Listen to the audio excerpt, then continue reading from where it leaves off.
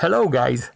Imagine that I heard that some people design their in-game character based on their real-life appearance. I mean, such losers, right?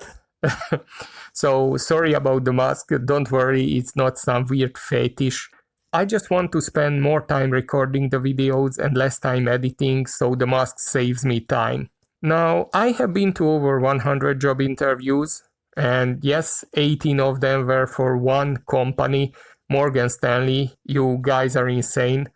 And I have conducted over 500 interviews during my career. Yeah, I have seen a thing or two. And today I want to take you into the shark-infested waters called the job market and tell you what not to say in an interview, especially at the motivation part. Picture this. It's 2009, financial crisis at its peak, and three friends just about to finish university living in a dorm. Pete, Thomas, and yours truly. Our professional life was just about to begin, and to say that we were really excited would be an understatement. So none of us have had a job interview before, much less a technical interview, and we did not know what to expect. Pete was a top student, basically the student of the generation, and Thomas, well, Thomas wasn't the sharpest tool in the shed, but he was an entertaining guy to be around. And me, I was somewhere in the middle, just a guy who tried to find shortcuts in life, sometimes successfully. And I was actually working during my university years, and everyone expected that I would land the first interview because of my connections. And yeah, it was a competition between us, and it was quite serious. I can't even describe the excitement. I got goosebumps just by thinking about those days. That was amazing. But God works in mysterious ways, and somehow Thomas was invited for the first technical interview ever.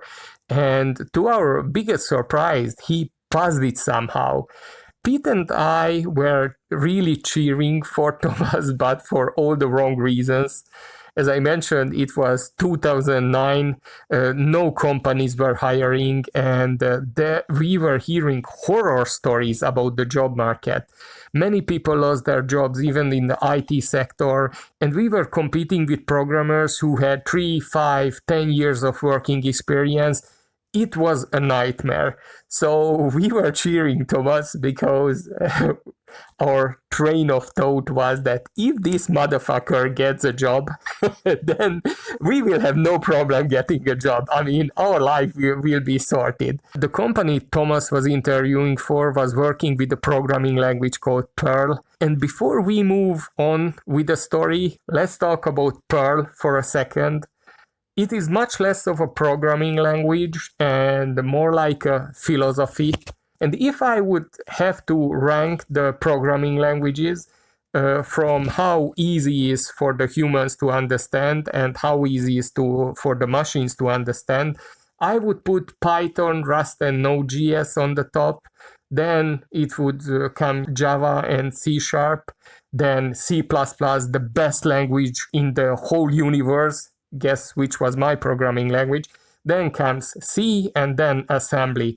Basically, with assembly, you can talk directly to the processor, and underneath it is only the bytecode, but no one programs in bytecode. And Perl would be somewhere here.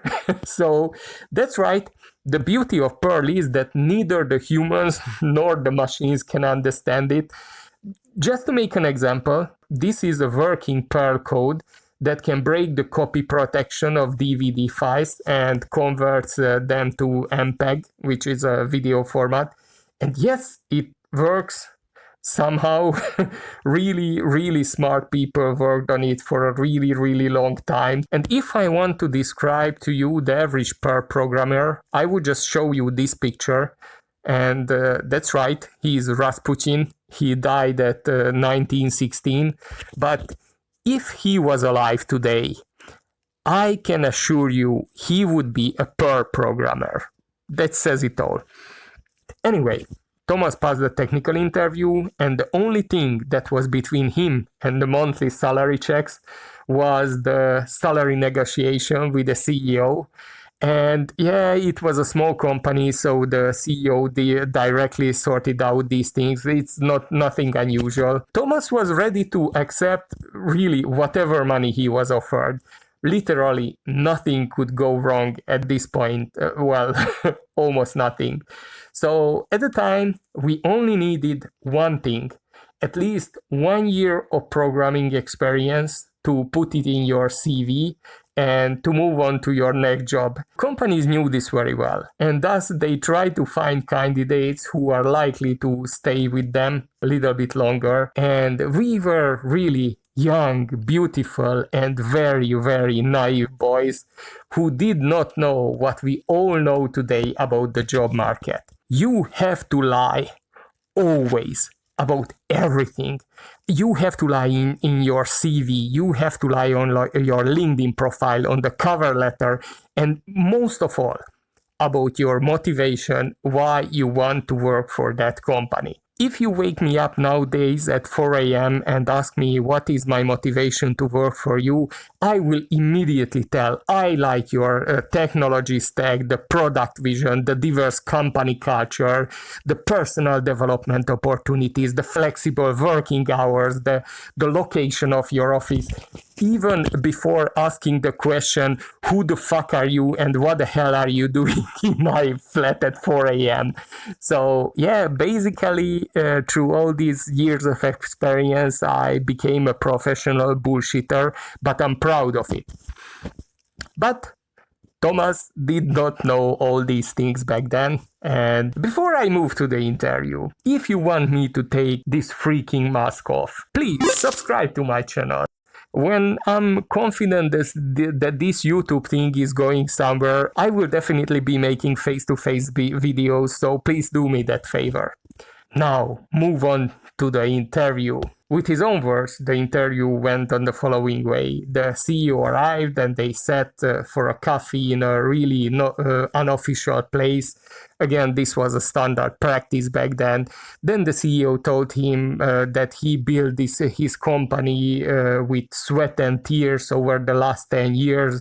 He told about the project they were working on and that he programmed all his life in Perl. And for him, it's not just a language, it's his lifelong passion. And then he asked Thomas that, what is your passion? And Thomas answered really calmly, well, I like swimming. Today, I would call it a suboptimal answer.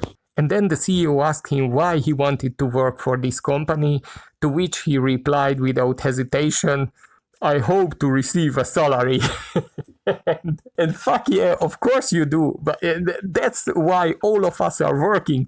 But you don't say that out loud. At this point of the story, we were already rolling on the floor from laughter, but it was not the end. The CEO gave him one last chance and asked him, where do you see yourself in 5 years?